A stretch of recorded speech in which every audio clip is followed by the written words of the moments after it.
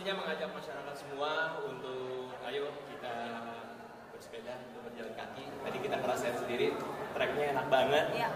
Ada beberapa tempat yang sudah steril, ya, jadi ayo kalau bukan kita yang meramaikan, siapa lagi?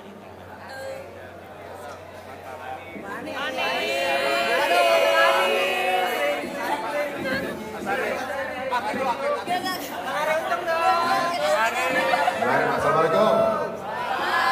Jadi teman-teman nanya gini tapi nggak bersepedaan nih saya lihat tadi. Di truk tadi kayaknya nih. Kita lihat ya. Kalau kita melihat ini sebuah kalau jadi tren-tren yang baik itu harus kita lanjutkan ya.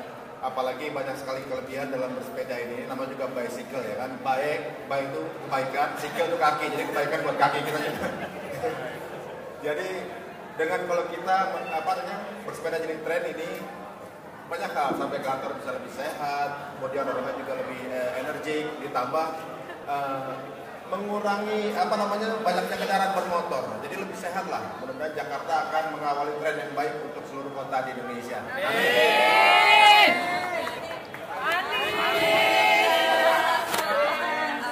Ya, aku senang banget hari ini bisa ikut program Jakarta Ramah Bersepeda gitu.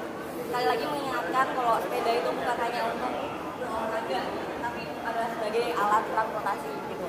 Biar lebih banyak lagi kita harus mengajak, kalau bukan kita siapa lagi, biar kurang juga kendaraan bermotor, mobil juga, biar udaranya lebih bersih lagi. Itu aja sih. Thank you.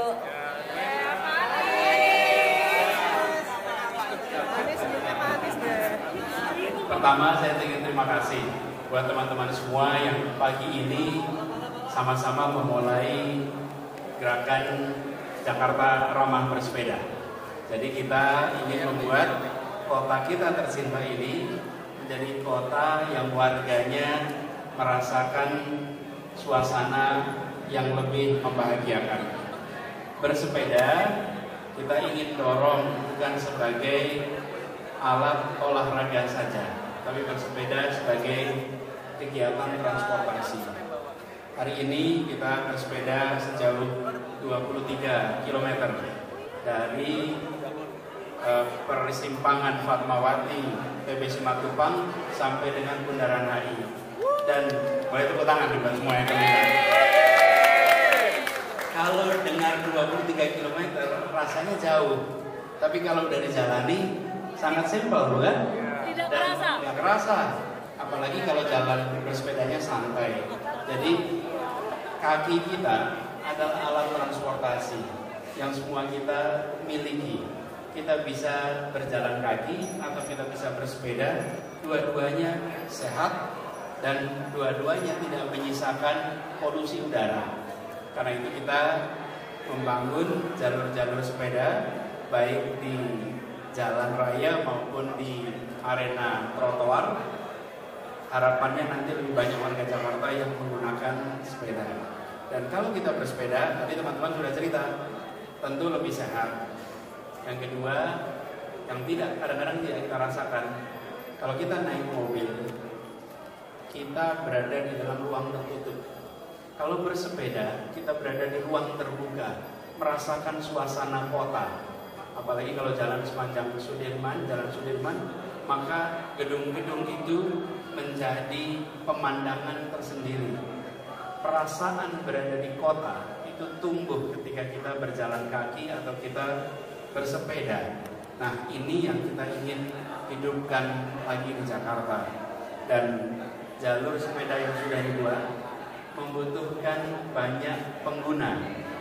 Kalau jalan itu kosong, maka kendaraan bermotor, bis, atau mobil juga akan dengan mudah menggunakan. Tapi kalau makin banyak penggunanya, maka jalur ini makin bisa disterilkan. Dan bagi yang bersepeda, saya menganjurkan untuk menyiapkan sepedanya agar ramah dengan perkotaan. Pilih sepeda yang sesuai dengan kondisi kota, bukan sepeda gunung. Ini Anda bersepeda di perkotaan. Lalu tadi juga kita berhenti di stasiun-stasiun MRT.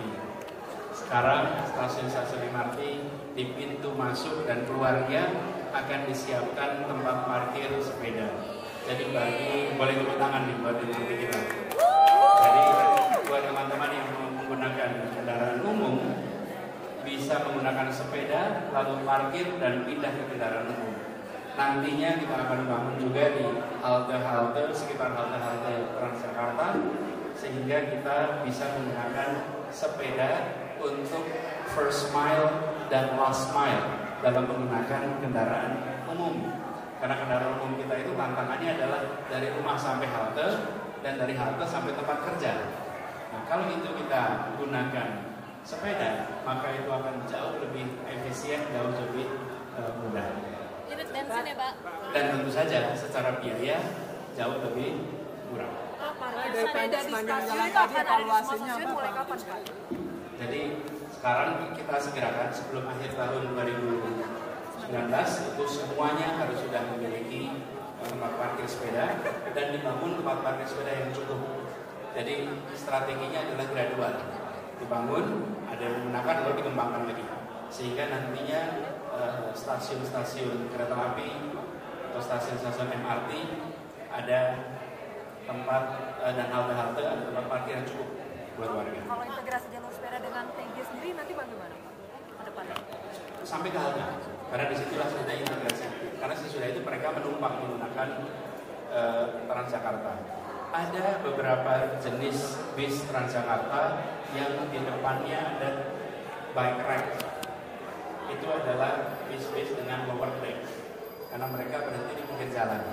Tapi Transjakarta yang menggunakan jalur khusus itu tidak bisa menggunakan bike rack, karena menurunkan sepedanya tidak mungkin di tengah-tengah halte yang bike rack. Itu mulai kapan Pak?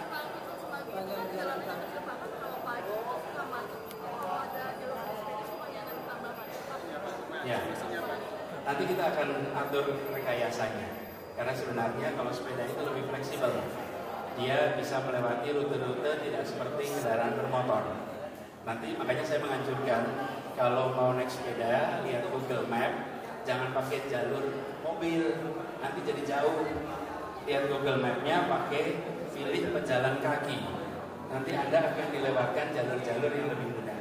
Nah, ada persimpangan-persimpangan yang kita harus melakukan rekayasa supaya memudahkan bagi pengendara sepeda dan tidak merepotkan bagi kendaraan bermotor. Nanti semuanya akan kita sesuaikan. Pak, tadi kan belum semua jalan ada jalurnya Pak. Tadi di Tadi kan ada beberapa jalur itu rentan banget di kendaraan lain.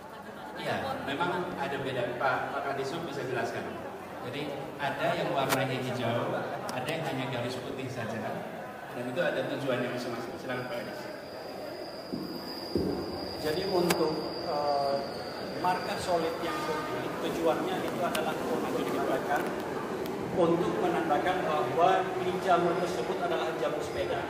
Kemudian marka hijau itu untuk mengingatkan seluruh pengendara, apakah itu sepeda maupun kendaraan bermotor, begitu melintasi jalur hijau tersebut, melihat marka hijau tersebut, mengetahui bahwa itu diperuntukkan bagi sepeda saja, sehingga mereka teringat bahwa tidak melanggar jalur sepeda atau marka solid putih yang sudah ditetapkan. Pak, evaluasinya tadi di beberapa penanda untuk jalur sepeda, terus jalannya juga bergelombang begitu Pak. Kurang Nanti aman sih Pak sebenarnya. untuk marka sepeda, setelah perkerasannya kita rapikan, baru kita akan tempatkan marka sepedanya, marka hijaunya. Jadi marka hijau akan ditempatkan setelah jalur jalannya dirapikan oleh rekan-rekan dari bidang marka. itu kapan Pak? Akan diberlakukan? Saat ini kita uji cobakan. Kemudian uji coba akan berlangsung sampai dengan tanggal 19 November. Jadi mulai hari ini sampai dengan tanggal 19 November ini akan dievaluasi. Kemudian kita lengkapi seluruh fasilitasnya sehingga tanggal 20 November seluruhnya sudah memenuhi standar untuk ditetapkan sebagai jalur sepeda oleh Pak Gubernur melalui peraturan Gubernur. Pak, itu termasuk yang fase 1 kemarin. Berarti yang dikenakan sanksi yang jalur khusus yang hijau tadi Pak? Yang dikenakan sanksi adalah jalur yang marka putihnya solid. Begitu marka putihnya putus-putus, itu bersama-sama. Itu mixed traffic. Tetapi begitu marka solid, maka begitu ada pelanggaran apakah roda 4 atau roda 2, ini langsung kita tetapkan pelanggaran dan bisa dikenakan tindak pidana ringan. Pak tadi Pak untuk yang fase 1 sudah coba doang atau nantinya bakal memang akan lewat trotoar.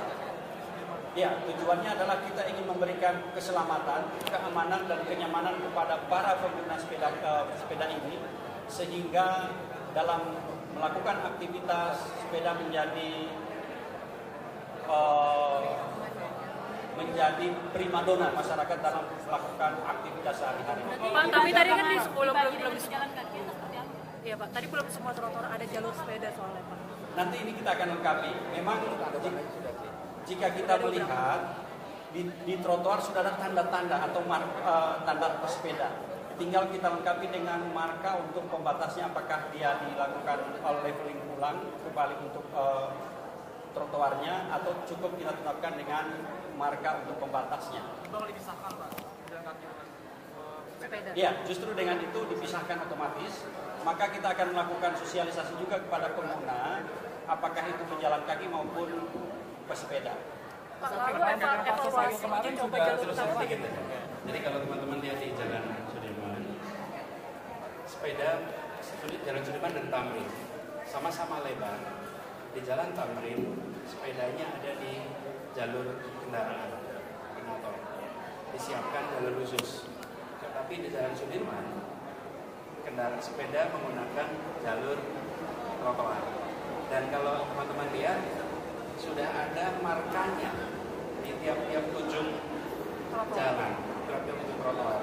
Dan begitu sampai di akhir perjalanan, di aspalnya pun sudah ada marka untuk sepeda, mengarahkan sepeda harus kemana.